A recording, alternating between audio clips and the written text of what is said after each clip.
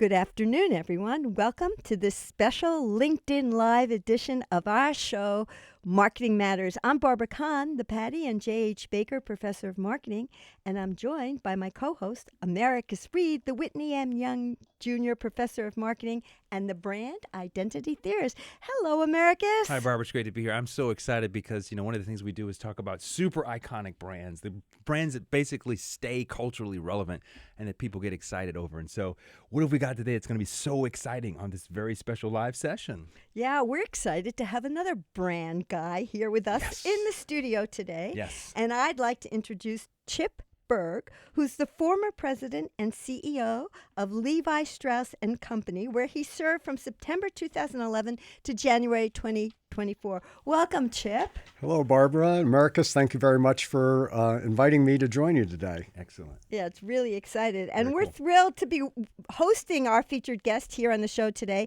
And later on, we'll be taking live questions from everyone watching online. So make sure to put your questions in the comments section. And let's talk a little bit about Chip, because he's had such an incredible Storied career. career, absolutely. Yes, he has led many iconic brands during his 45-year career spanning the U.S., Asia, and Europe. He spent 28 years at P&G and Procter & Gamble in the roles of increasing scope and complexity in brand management, general management, and executive leadership. Among the many accomplishments, he led the creation and launch of Swiffer. He oversaw the turnaround of Old Spice. Isn't that one of your favorite brands? Yes, absolutely. And he was the first P&G executive to lead the iconic Gillette blades and razors business globally following P&G's $57 billion acquisition of Gillette in 2005. But at Levi Strauss, Chip has been credited with leading the company's storied turnaround and using his platform to take bold social stances. So, Chip, after all these years, what made you decide to retire now? Well, I'm 66, and it's been a great run. And, I think leadership changes at the top, 10 years, 12 years, 13 years, 14 years as a CEO is probably the right amount of time. I have the energy and stamina, I think, that I could have done this job for another 4 or 5 years probably. But, I've been in the job for 12 and a half years. And we had an amazing successor who I brought into the company, and Michelle Goss, who was the former CEO of Kohl's, and she was ready. And I'm totally convinced that she is going to take the company to the next level. So it was time to move on. And I've been out of the job. It was 2 months exactly yesterday. And wow, that's pretty fresh. I know it's fresh, but I can honestly say I've been really, really busy. I miss all of my colleagues. I miss the fun of being at work, but I don't really miss the job because I know it's in really, really good hands with Michelle. Well, that's pretty exciting. Okay, so let's go back to the beginning. How did you first get involved with Levi's, and what did the brand mean to you then? Yeah. Okay, so wind back the hands of time to sometime in the 2010s. I was running Gillette, a big global business. It was about $7.5 billion, and all of the male grooming brands at P&G, including Old Spice. So it was about a $7.5 billion global business. And I was actually in China at a leadership team meeting. I had my whole leadership team over in China, and I got a call from a headhunter who I knew. And I had gotten several calls for other CEO opportunities. And she said, I think I've got something you might be interested in. Eye roll, right? And I was like, okay, what is it? And she said, what do you think about Levi's? And the words out of my mouth were, oh, wow. It was a completely different reaction than any of the other calls that I'd gotten for a CEO opportunity. And, what flooded through my mind were two things. One, some of the vivid memories I had as a kid, my brand experiences with Levi's, and we can talk about that. And then the other thing is, I traveled all over the world in my prior job, and I lived in Asia for 7 years. And everywhere I went, you saw Levi's and Levi's stores. And I thought at the time that this was probably a $10 billion business. And it wasn't until I started really digging into what was going on at Levi's that I discovered it was, about a $4 billion business at the time. And so anyway, I do like to say everybody has a Levi's story. I started doing homework on the company. The bottom line was the company peaked in 1996 at $7.1 billion in sales. And then the next 5 years saw massive shareholder value destruction as revenues deteriorated from 7.1 to about $4 billion. And then the next decade, the 2000s, the company just kind of bumped along between 4 and 4.2, $4.3 billion in revenues. I have 2 grown boys who today are 41 and 36. When they were teenagers, they never had owned a pair of Levi's. It wasn't even in their consideration set. So I went back to kind of my days as a kid. When I was going into 7th grade, I asked my mom to drive 3 towns over so I could get a pair of Levi's to go to middle school. Right. Because only the cool kids wore Levi's. Right. That's so Marcus knows cool kids. Wow. Cool Yes, kids. Cool kids. That's Cool right. kids. There's a red tag. And I'm a brand guy.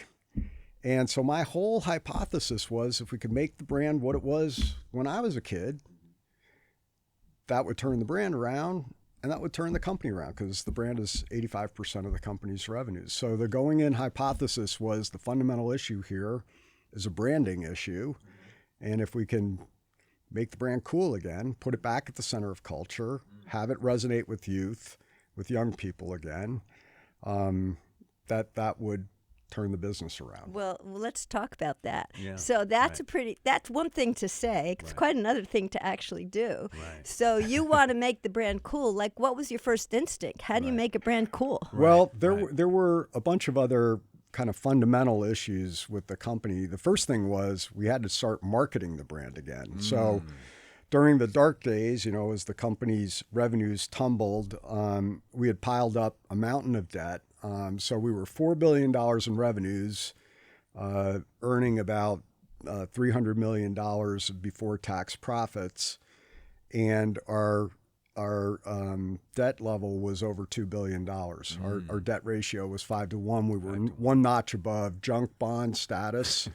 And that's what's brought down a lot of retailers. Yeah, and stuff. and at the end of the day, the strength of the balance sheet is everything, and our balance sheet was a constraint. We were actually spending more money on interest payments when I joined than we were in marketing, in advertising the brand globally.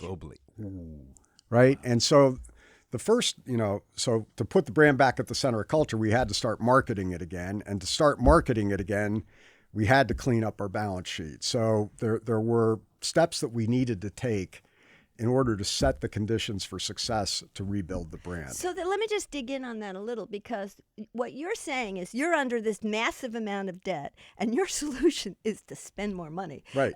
Yeah. So what do I need to do to spend more money? I need to pay down the debt to free up all that interest expense that we were spending to invest that back into brand building. So that's fundamentally what we did. I mean, the company, perverse things happen to companies that don't grow for 15 years. We got fat. We had, vice presidents not managing any people. We became like a bank. And when people aren't getting their bonus every year, the only way you move ahead financially is to get promoted. So the only way to get promoted is surround yourself with poor performing people so that you look good. and so there were lots of organizational issues. And anyway, we were fat, and there was clearly an opportunity to restructure the company, simplify things, and free up a lot of cash to pay down the debt and then begin investing back in the brand. And so we did that. We went through a big restructure in 2013 or so. And in 2014, we really started to seriously invest back in marketing. We also had to fix the marketing. That was another thing, but we can talk about that too. Well, let's do that. Okay. Because this is Marketing Matters. Yes. And what we And really marketing want does matter. The brand here really did matter. Thanks for that nod, Chip. We appreciate that. No, so that's interesting. The first thing you did is you had to do control. You had to do restraint. You had to get, cut the fat out of the system. Bring do a lot of discipline costs. back in, Discipline. financial discipline, and brought 28 years of P&G marketing discipline too. So, Nice. And that's a conservative brand. It's an open-minded brand, but it is also conservative, back to basics kind of idea. And we took marketing at Levi's back to basics. Back to basics. We were going to test our advertising. We were going to prove that it was going to work.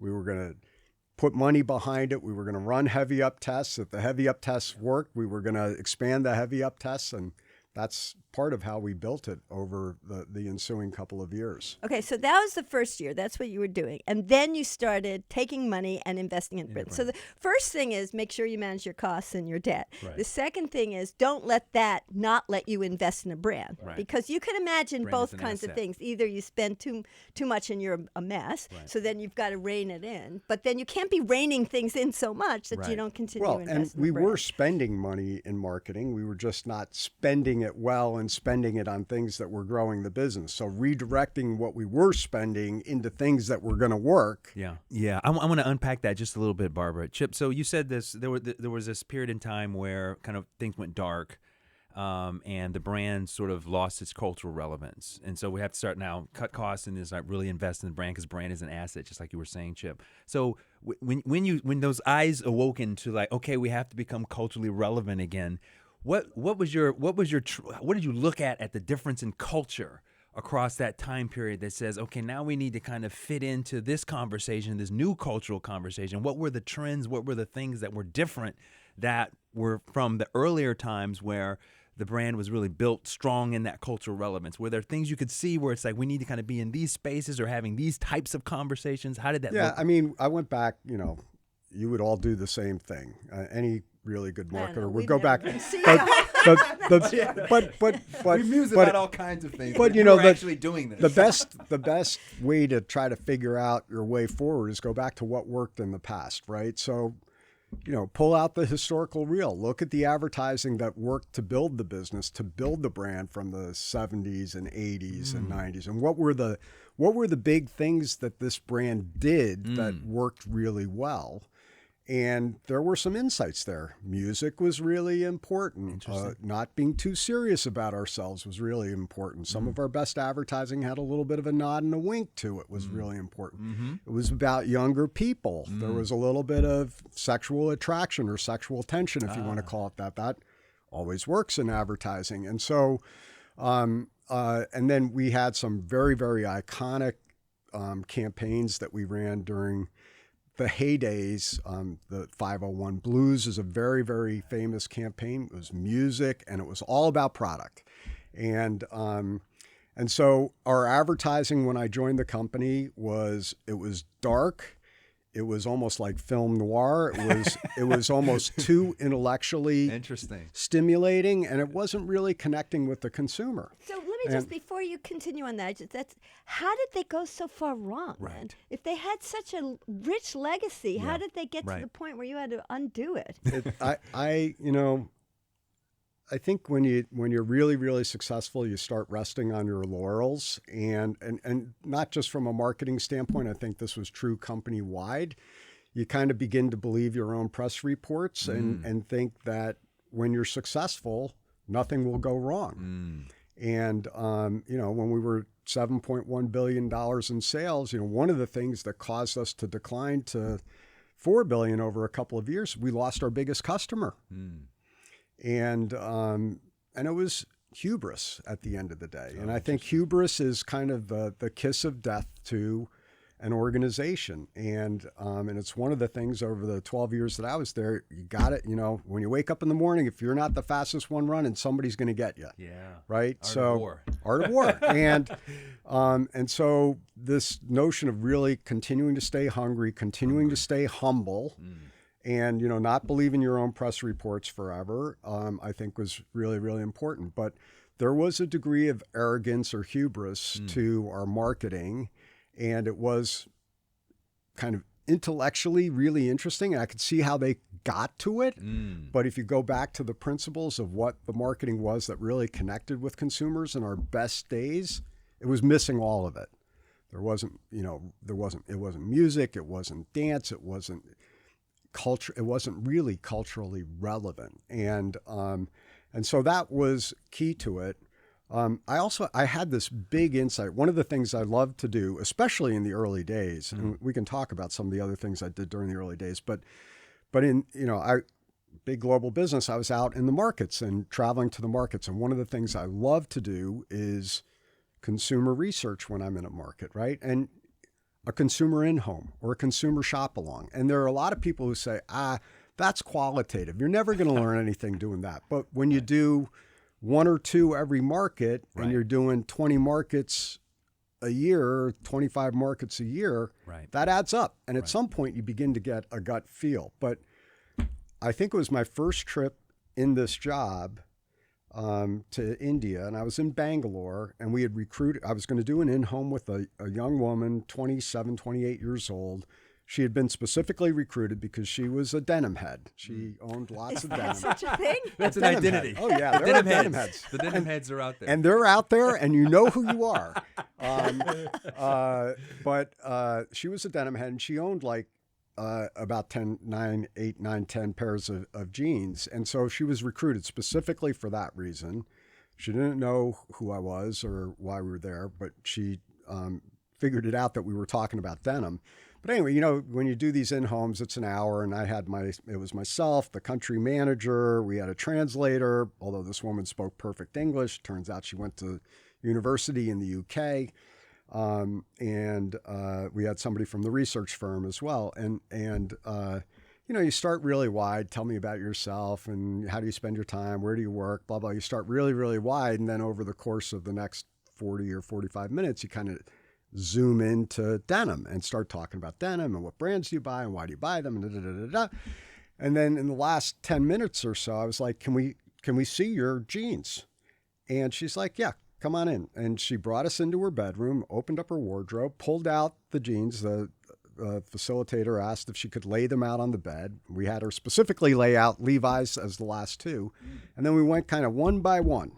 What do you wear these for? And she had all the premium brands. She clearly, was a very, very well-traveled individual. A well-traveled and so she had, denim head. Hudson, she had Page, yeah. she had a lot of the premium brands, Guess, and we went one by one, like, what do you wear these for? What do you wear these for? And the last two were Levi's. So we got down to the second to last pair, and she said, well, these are my go-to jeans.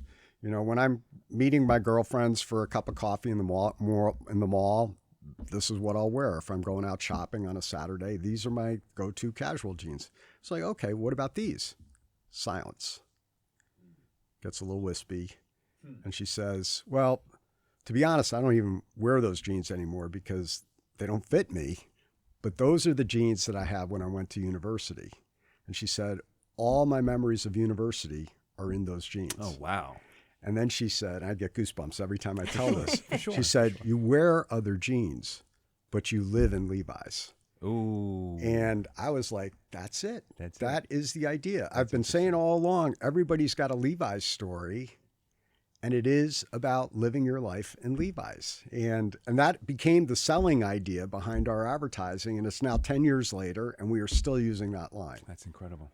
I love that idea, Chip, because I think that sometimes we start chasing these hardcore quantitative types of surveys because they feel like they're really valid and objective, and we've got a number, here's an average of something or whatever. But what I love about what you're talking about is that sort of like go out into the wild, like Jane Goodall. You're out in the jungle and you have to study these people, because I don't think that insight about I live in these Levi's jeans would have come out in a survey. Yeah, or that I'm not going to throw those jeans away because they've got the memories of college or university. That's in powerful. them. And that's brand. That speaks to the power that this brand has. So once you had that big insight, did you then test it before you went out with it? Yeah, we developed that. So I switched agencies because the other agency refused to move off of the prior idea. And I had asked them for an alternate campaign.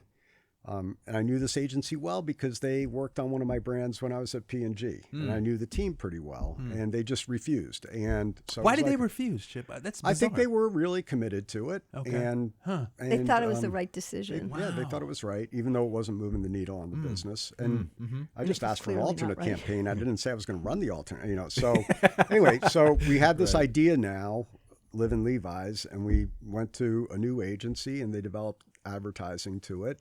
We tested it. It tested great. We put it on air. We tested it in a heavy up market. We were spending about 4.5% of revenues in marketing at that point. I'm a CPG guy where 15% was kind of like the norm. Right. I was like, oh my God, what an opportunity here. And we're now spending in the neighborhood of 7 or 7.5% of revenue. And I still think there's opportunity for us, but the heavy ups were working, and we just kept putting more money behind it. So let's just switch gears a little bit because the couple things we want to talk about. One of the things that's I am a interesting. storyteller. I warned you. No, I'm happy to hear these stories. That's what we want to hear. But I'm also curious because I know Levi's, and you've embraced social issues. And so one of the things is rebuilding the brand. The other thing, and we've talked about this a lot, what's the role of a brand in purpose-driven marketing and social issues, important issues like voting, LGBTQ IA plus equality, immigration. Those are polarizing issues. How do you decide what to embrace and what not? Yeah. So, first of all, the first thing I will say is this is not about me. This is about the power of the platform of the role of CEO at Levi's.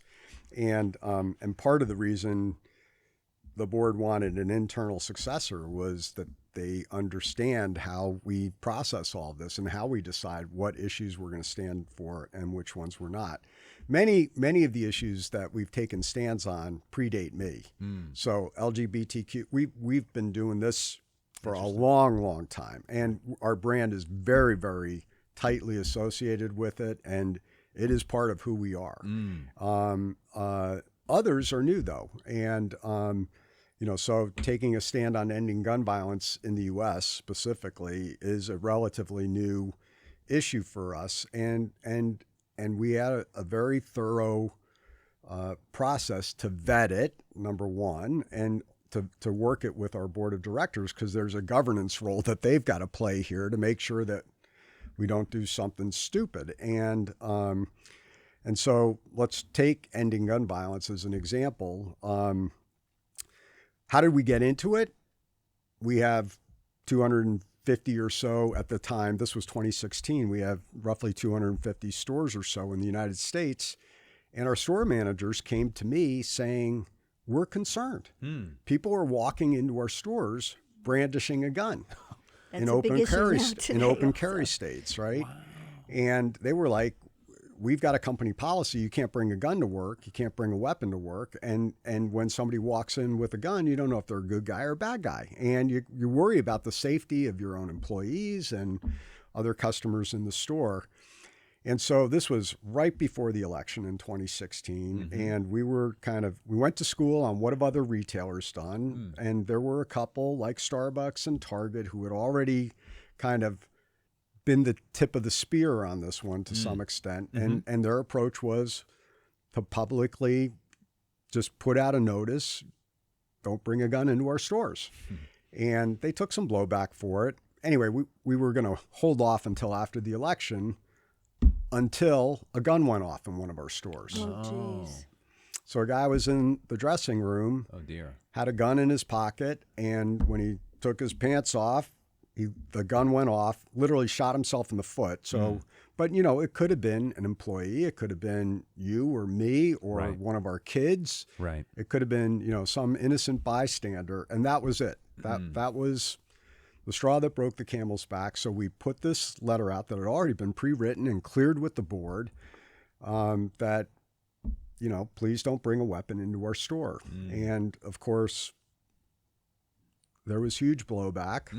I had unmarked police in front of my house for a while. I had death threats. Oh, wow.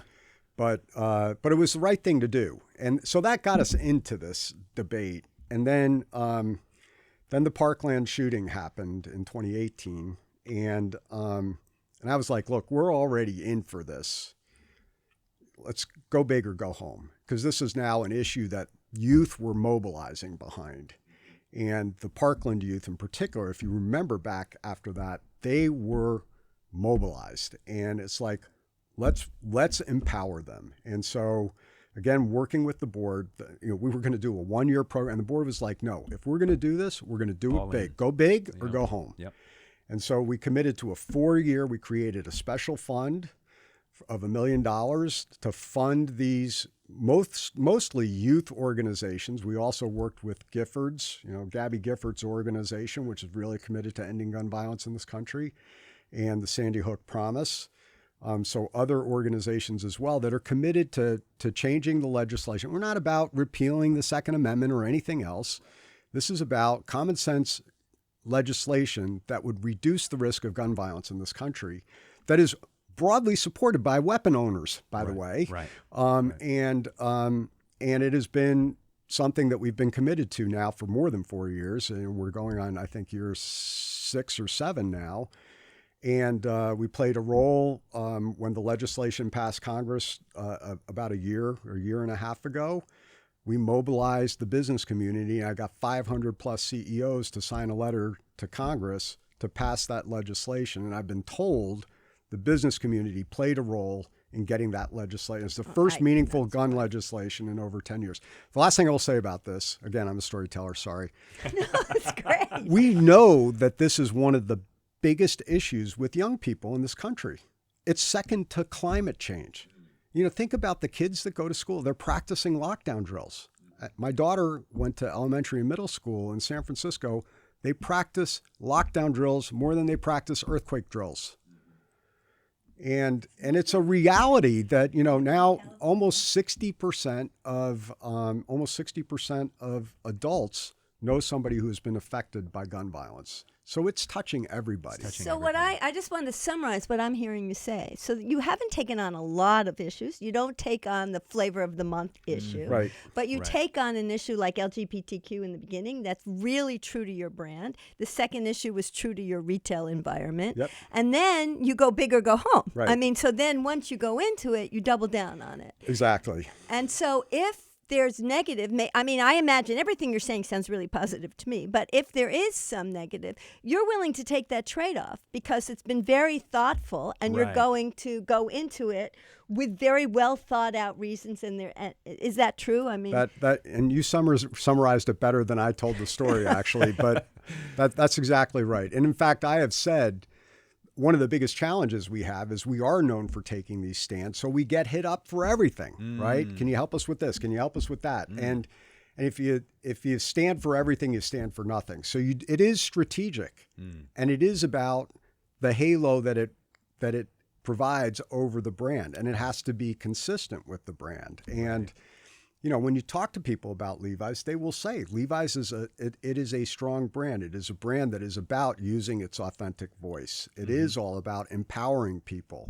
And so that's why voting rights, democracy, all of that is really, really important. When the Berlin Wall came down, the kids on the wall were all wearing Levi's. That's incredible. Hope he took a picture of that. Yeah, somebody did. Somebody did. It's a very famous picture. It's a famous picture. I love that point, Chip, because I want to build on that a little bit and take it in a little bit of a slightly different direction. One of the things that is a theory about why you get involved in purpose-driven marketing is because not only does it signal something to the marketplace of consumers, it also signals something to people you would attract as human talent. Can you speak on that? Definitely. When I joined the company, one of the things I did is I went on a listening tour and I asked the top 60 people in the company 6 questions. What are the 3 things that have to change? Turnaround. What are the 3 things that have to change? What are the 3 things you think we have to keep? What's the one thing you hope I will do? What's the one thing you're afraid I might do? What's the one piece of advice you have for me? And I always forget the 6th question. And those are 5 pretty good questions. I hope someone's writing them down. 5 great questions. I sent them to the same questions to everybody. And then I met with the top 60 for about an hour. And I thought it would take 40 interviews to come up with a clear picture. No, it was very, very clear early on. But one of the things we had to keep were our values. Interesting. This was, people joined the company, and people through the worst period of time in the company's history stay with the company because of who we are and what we stand for. So the purpose of the company, which we talk about as profits through principles, not being afraid to take a stand on important social issues, that we exist. And this goes all the way back to Levi Strauss himself, the founder. We're in business to do more than just make a buck for the shareholder. We are in business to be a force for good in the world. I love hearing this. I know. This is so great. This is fantastic. You do kind of bring tears to our eyes in this kind of thing. It's great. So let me shift gears one more time before we go to our questions from our audience and ask you about. So you were talking about 2016. That was a really polarizing time. A lot of these issues were coming up, and brands were grappling with that. And you gave us, in my mind, a very strong strategy for how to deal with it and what's noise and what's signal and what your brand's going to mean. But right after 2016, you might remember 2020 came. And yes. Now kind of do remember that. So, leading a brand during uncertainty like that, and we were talking about that previously, you don't know from one year to the next how to deal with that. How do you do that from a leadership position, deal with all this uncertainty that the pandemic handed you? So I will say, as a CEO, that was CEO for 12 and a half years, the last 4 or 5 years were so much harder than the first 5 or 6 years. Even, first 5 or 6 years, I was dealing with a broken business and doing a turnaround. But the uncertainty that the pandemic caused, it changed me as a leader. And I think leadership has fundamentally changed as a result of the pandemic too. When you're zooming into somebody's home and they're sitting at the kitchen table with their 5-year-old pulling on their sleeves because they can't get on iPad to Zoom into school, I developed a completely different sense of empathy and a sense of responsibility for every single person in the company. And so when the pandemic happened, funny story, the day before we went into lockdown, we were talking about testing remote work for 3 days straight globally. And I was getting pushback from the IT organization because they weren't sure if we would break the IT pipes if everybody stayed home and worked remotely. And the next day we were all locked down. Wow. And a little bit of luck and skill. Well, no, we had no idea if it was going to work. So better to be lucky than good, is what I would say. But all of our stores closed. I look back, we went into lockdown, I think it was March 20th. And we thought it would be till the end of March. We thought it was going to be 2 weeks. And we had stores closed for 6 weeks, 8 weeks, 10 weeks, 12 weeks, depending on the part of the world. But we declared a couple of things very, very early on, principle-based. Number one, we're going to put our employees first. The safety of our employees, especially our frontline employees, we had 3,200 stores globally, was going to be first and foremost, that we weren't going to jeopardize health. And in fact, we rolled out healthcare benefits to our part-time workers here in the U.S. specifically, because around most other parts of the world, they're taken care of. But here in the U.S., hourly workers are not. And so we put a safety net in place. Second, we did have to lay people off during the pandemic because the business, we normally did, call it $1.5 billion a quarter. That first quarter, when we went into lockdown, we did less than $500 million of revenue. Wow. And that was all the 2.5 or 3 weeks before we went into lockdown. We did basically nothing the rest of the quarter, a little bit e-commerce business, but that was it. And we didn't know if this was going to last for another 2 weeks or another 2 years. And so we had $1 billion of cash. We went from being really debt heavy to we had a lot of cash on our balance sheet. And I was like, that's enough for about a year. Let's go get another $500 million. And we went and got more cash on the balance sheet immediately because we didn't know. And so it was it was the first time in my career I didn't have a forecast. We had high, medium, and low. That's all that's scenarios. That's how we were running the business through the pandemic. But the other thing we did, we said we wanted to exit the pandemic stronger. And we said we wanted the brands to exit the pandemic stronger. And so the team, this was not my idea. Most of the good successes that we've had, by the way, were not my idea. thought he was gonna say the I've been blessed with really a great team, and but the team came up with this idea of doing a 501 concert series streamed from the living room of different artists. Right. And at 5:01 p.m. every day. Nice. Reinforced brand, too. Reinforced the brand. It was the 501 concert series. We were going to do it for 30 days. It was such a success. We extended it, and I think we did it for about 3 months during most of the lockdown, really. And some amazing things happened, but people were connecting with the brand online with these music series. And it was magic. So the creativity that came out during the pandemic was something that I just wanted to bottle up and say, let's not lose this. Well, there's theory about that. 100%. To be most creative, you need constraint. 100%. And in fact, in our innovation program, we use sustainability as a constraint. It's like all of our innovation is wrapped around sustainability. How do we reduce the use of water in manufacturing? How do we get rid of the harsh chemicals in our supply chain? And when we land on solutions, we then open source them to our competitors, because it's like, this isn't going to be we use less water. It's not a competitive advantage. Nobody cares. Right. Right. But if we all use a lot less water, that's going to be really good for planet Earth, right? Right. And so we've open sourced these things. That's a great marketing strategy, in my opinion. That's very good. So we're almost ready to ask other people questions, but I do want to ask, what do you think was the highlight? So you talked about difficult years starting, and then, the pandemic. If you had to look back, what would you say was some of the things you're the most proud of, or the highlight of your reign? The first would probably be my team. And even as I've transitioned the leadership now over to Michelle, most of my team is still in place. And I think that speaks to the quality of the succession with Michelle and really setting her up for success.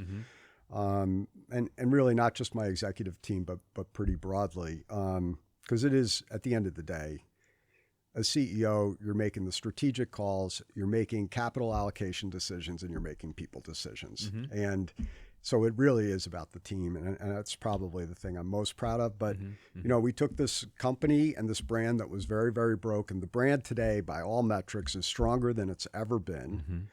And in fact, when we were working on succession, the board was like, just go find another you. We're real happy with you. Just go find another you. And I was like, no, we don't need another me. We need somebody with a different skill set. The brand is now broke. The brand that was broken is now fit. It's strong. It's strong, strongest it's ever been. Right. We're now becoming a retailer. Right. 45% of our revenues, roughly, is in our own direct-to-consumer business. It was 20% when I joined. We need somebody who's got really strong retail and digital chops. And that's what we went out and we got. We hired Michelle Goss, who was CEO of Kohl's.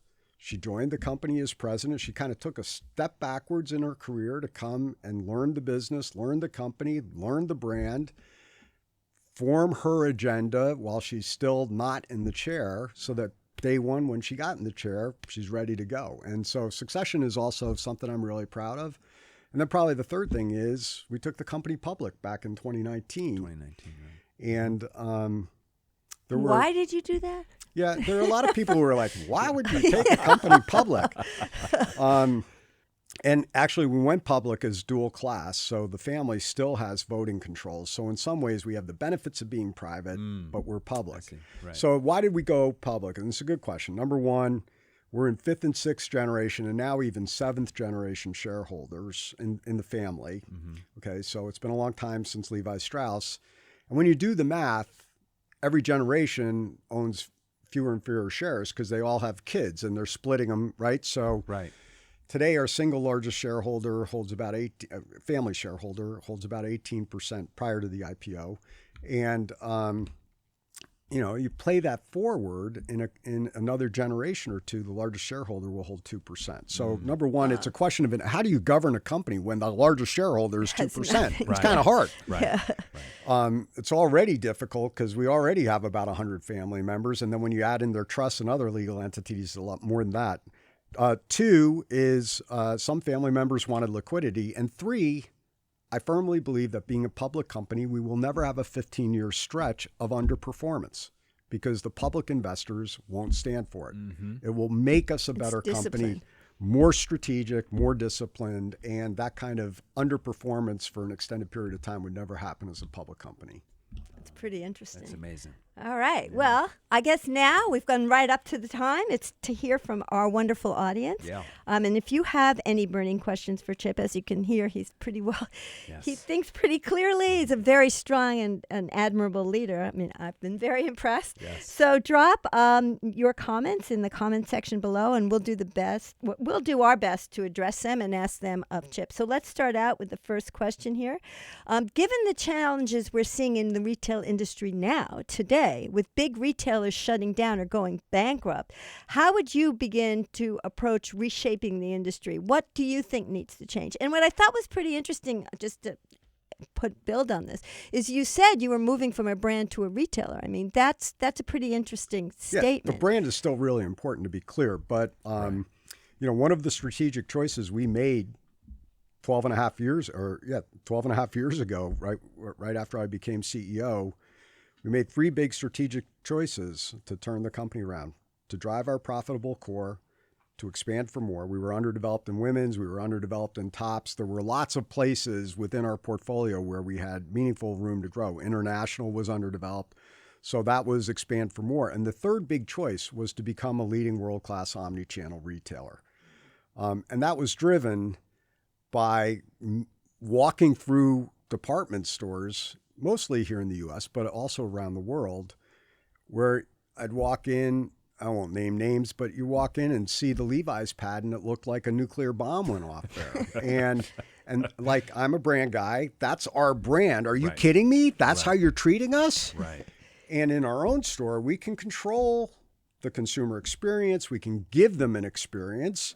We can give them a differentiated assortment, and we also get the benefit of having that one-to-one relationship. So DTC really became strategic for us 12 and a half years ago, and we've gone from 20% of revenues to 45% of revenues on a revenue base that's 40% bigger. So it's been really central to the turnaround. And I do think, you know, there's a big question: what's the role of department stores in today's world, right? You know, Macy's got an activist in their stock. Nordstrom's trying to go private again. I mean, there is kind of, and we're not even talking about JCP and Sears. And and JCPenney had to go private. You know, so there's real challenges in departments. And to be clear, they're all customers, and I love them all, and they play a very important role from a distribution footprint standpoint for us. But they're being nibbled away at from all edges, right? You've got Amazon and the online retailers, you've got the off-pricers, you've got the club stores, and then you've got vertical retail for a lot of the brands that they've got in their stores. And if you want to buy Levi's, what's the point of going to Macy's if you can go to a Levi's store? Well, the point is, if you're buying Levi's and 10 other things, Macy's may be a good stop, right? So that, I'm picking on Macy's, that's unfair. There is kind of... We're hopeful about Tony Springs. Tony's amazing, and I'm hopeful for all of these customers, and they do play an important strategic role for the company, and we don't reach that many places with 275 stores in the United States. We need that wholesale distribution, and we need that shopper in wholesale. So it is clearly for us, our strategic priority is, you know, to continue to double down. We had an investor day almost 2 years ago, and we said we want to get it to 55% of our revenues. So that is... So let me ask you, and then I'll get back to their questions. I just want to build on this for a second. So you're believing in physical retail as well as omni-channel retail.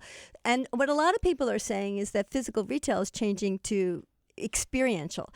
In fact, Tony Springs has said that he's going to bring retail theater into Macy's. Right. So do you have a stance on that, on what that means, customer experience, retail theater? So I think, yes, I agree with it. I do think there has to be a differentiated reason for why a consumer would walk into a Levi's store versus ordering it online from Amazon. It's a lot easier to just order it online from Amazon and have it show up on your doorstep.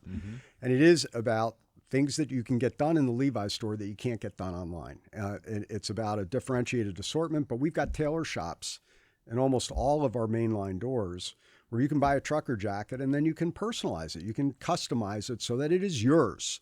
And that is a little bit of retail theater, but it's also an experience.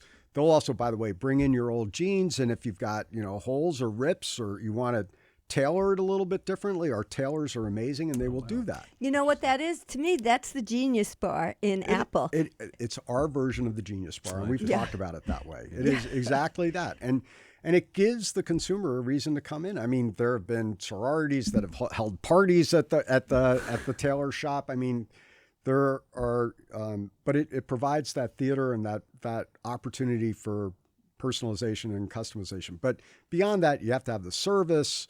I think the assortment needs to be somehow differentiated as well. So our mainline stores tend to have higher tier products than what you would find in most wholesale customers. More tops, a different mix of men's and women's. So all of that, brings people in the store. It brings people into the store, but it also helps build the brand. I mean, it is a big brand building thing for us too. So a question that we got from our audience is, how has Levi started to leverage emerging technologies such as AI, virtual reality, augmented reality? Yeah, and I would say we jumped on the AI data science stuff before Gen AI pretty early, and we've had hits and misses, I guess is what I would say. We built a pretty decent sized organization over a relatively short period of time, and have had some successes in using AI in particular for assortment planning, demand and supply matching, things like that. A lot of back office use as well, and using bots in back office to kind of speed the processing of a lot of transactional type data. The Gen AI stuff, we've had multiple experiments going on. Some have worked, some haven't. I would say it's still early days.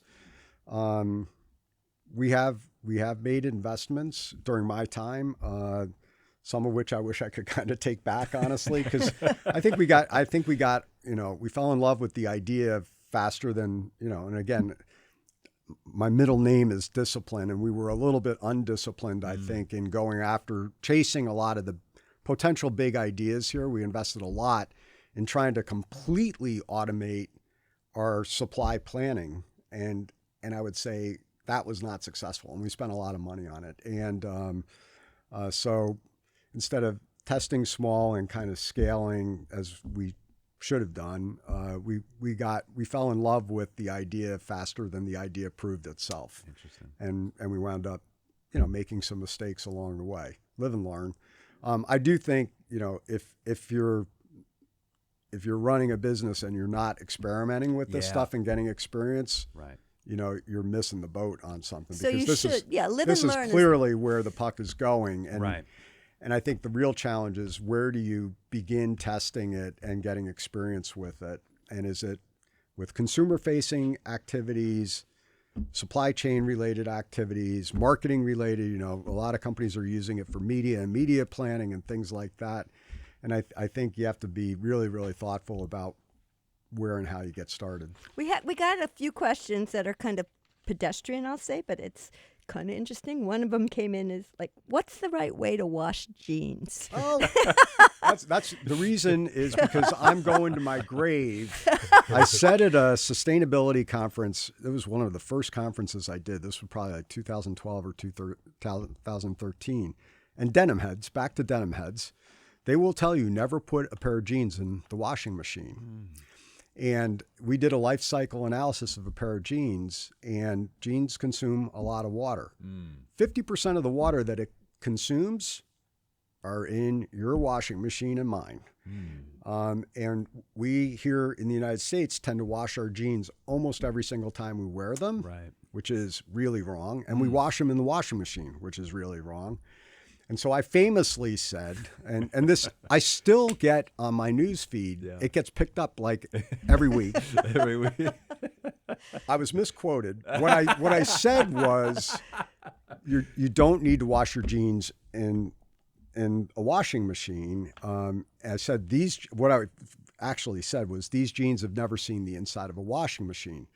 The headline the next day was, Levi's CEO never washes his jeans. But seriously, the way I wash my jeans, and this is really also, found its way around the world. I either hand wash, kind of spot clean them. If I spill some spaghetti sauce or something, I'll spot clean them. Yep. And if they get really, really gross, I'll wash them the way I did when I used to backpack around Europe, which is hop in the shower. Oh, you wear them. Hop in the shower, soap them down, rinse them off, take them out, take them off. So now the headline is going to be CEO, take Wash full your- showers. Oh, there's goes in the shower fully dressed. Trust me, there is a YouTube video on this. There is a YouTube video on this. Some reporter tested it, and actually but all seriousness, products made out of cotton. Some might have some stretch and have a little bit of polyester or something, but the fibers in cotton get destroyed in a washing machine. And so if you want to really, especially if you buy good quality denim, like really good quality denim, you just don't want to throw them in a washing machine. You're going to destroy them much faster than they would last otherwise if you really took care of them. And by the way, it's better for planet Earth. Yeah. Mm-hmm. Right. Who knew this was going to be our best question? Really capitalized. I told you I was a storyteller. Well, I have one more question, and then we're going to have to end. This has been just amazing. But I'm curious that a lot of things we'll teach. This is my question, but a lot of things we'll teach in marketing is new marketing is not about customer acquisition, getting everybody on the planet to buy a new pair of jeans, but it's to go deeper into your customer base and sell them more, which suggests that you move off of jeans into other kinds of product categories or other services. You cross-sell and you build out your portfolio that way. Do you have a feeling about that as a philosophy?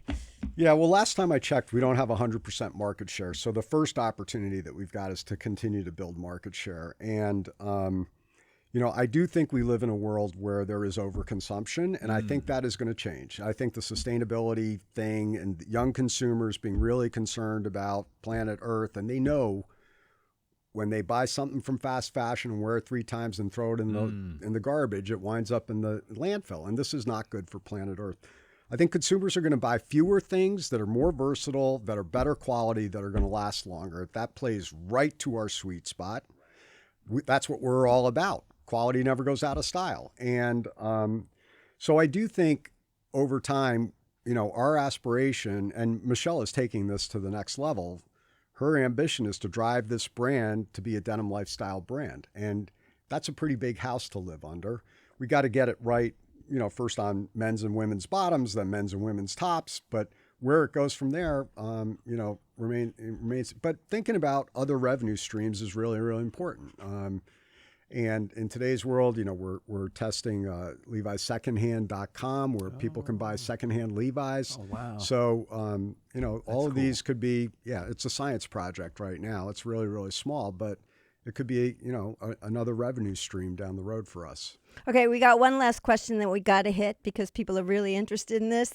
Can you talk about vintage and resale with regard to Levi's? There are a lot of people who are now into thrifting and secondhand. What's your take on that? I have no data to back this up, but we're the number one brand in thrift stores because people love the hunt. And vintage is something. I've got a 15-year-old daughter, and she's really into it.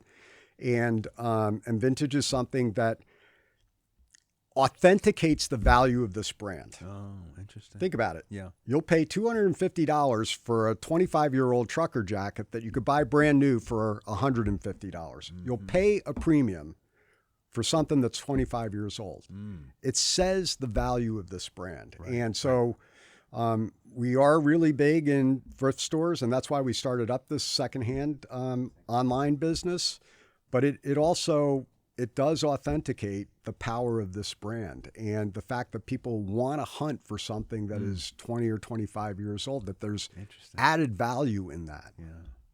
Yeah, well, that's incredible. Yeah. You got one more question? Or well, it's a sociological exercise. It's your point, Chip, about the brand being so nostalgically powerful and iconic.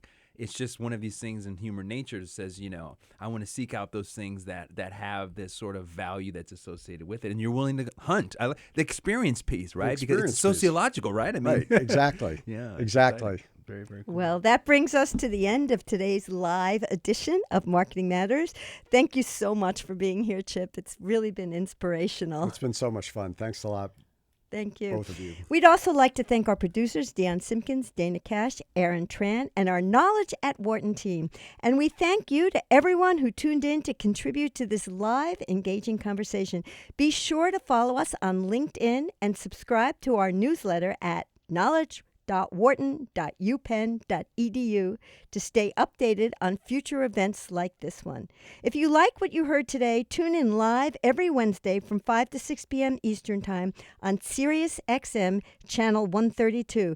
This is Marketing Matters. I'm Barbara Kahn, here with Americus Reed, Business Radio, SiriusXM 132.